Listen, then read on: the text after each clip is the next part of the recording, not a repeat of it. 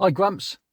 Right, let's talk about the 2025 Ryder Cup, especially Sunday the 28th of September. New York, what a weekend. Europe win the Ryder Cup. They've retained it. Captain Luke Donald, Rory, Rahm, Fleetwood, the works. 2 incredible days of domination and a Sunday singles session that nearly gave me heart palpitations. And an ending that was, let's just say, closer than anyone expected. And before we go further, let me make this clear. This isn't a roast of the US team. Definitely not. They were absolutely brilliant on Sunday. This is more of a love letter to the Ryder Cup itself, with sarcasm mixed in, because let's be honest, there were some very painful moments along the way for both teams. Now, let's be honest, after the first 2 days, it wasn't even a contest. Europe was so far ahead, the scoreboard looked like a high school maths problem. If Team Europe is leading by 7 points on Saturday night and only needs 2 more on Sunday, how quickly can you switch over to Britain's Got Talent? Europe dominated, absolutely clinical. The Americans looked like they'd turned up at the wrong course. They had the body language of someone stuck in a lift with Piers Morgan. Europe were draining putts like they had cheat codes, and Rory was strutting around like he owned the place, which, to be fair, for those 2 days he did. So Sunday comes around and Europe only need 2 points, just 2 points. It's like turning up to your driving test and being told, don't worry, you've already passed, just don't set fire to the car. And yet somehow they nearly stalled the car, reversed it over the examiner and parked it in a tree. Because the Americans suddenly thought, hang on a minute, we're actually quite good at this game. It was like watching someone remember their password after 3 years. Suddenly, every US player was dialed in. Birdies dropping, fist pumps everywhere. The crowd, who'd been fairly quiet all weekend, suddenly woke up like someone had plugged them into the mains. And bit by bit, match by match, the comeback began. What looked like a coronation for Europe suddenly started to feel like a hostage situation.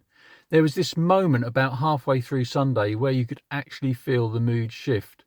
Europe went from, we've got this, to, hang on, do we? And then there's Luke Donald, Europe's captain.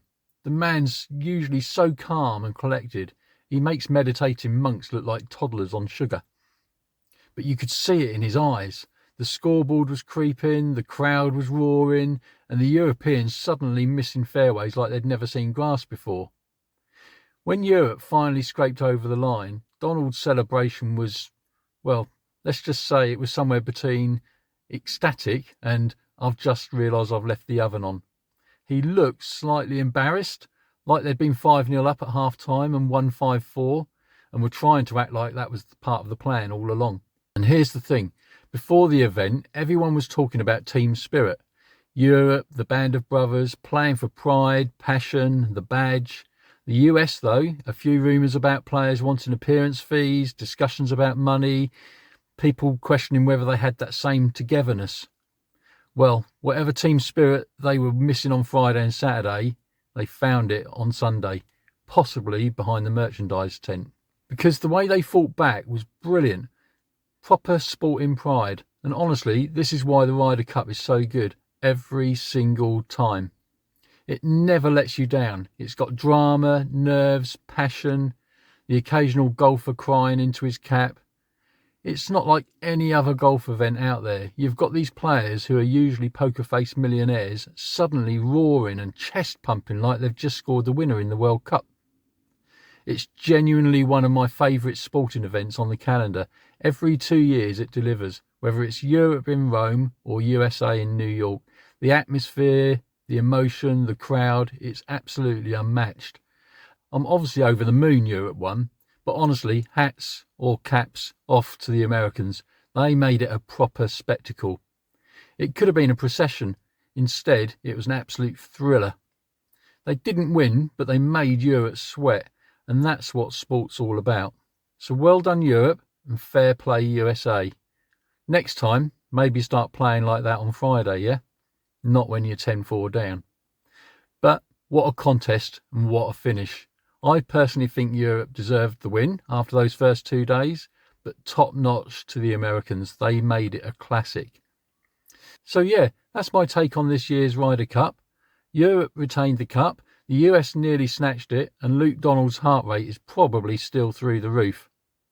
Let me know what you thought of it in the comments below. Best Ryder Cup ever?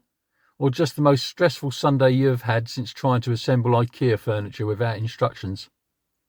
Thanks for watching, Grumps. See you next time, and well played to both sides.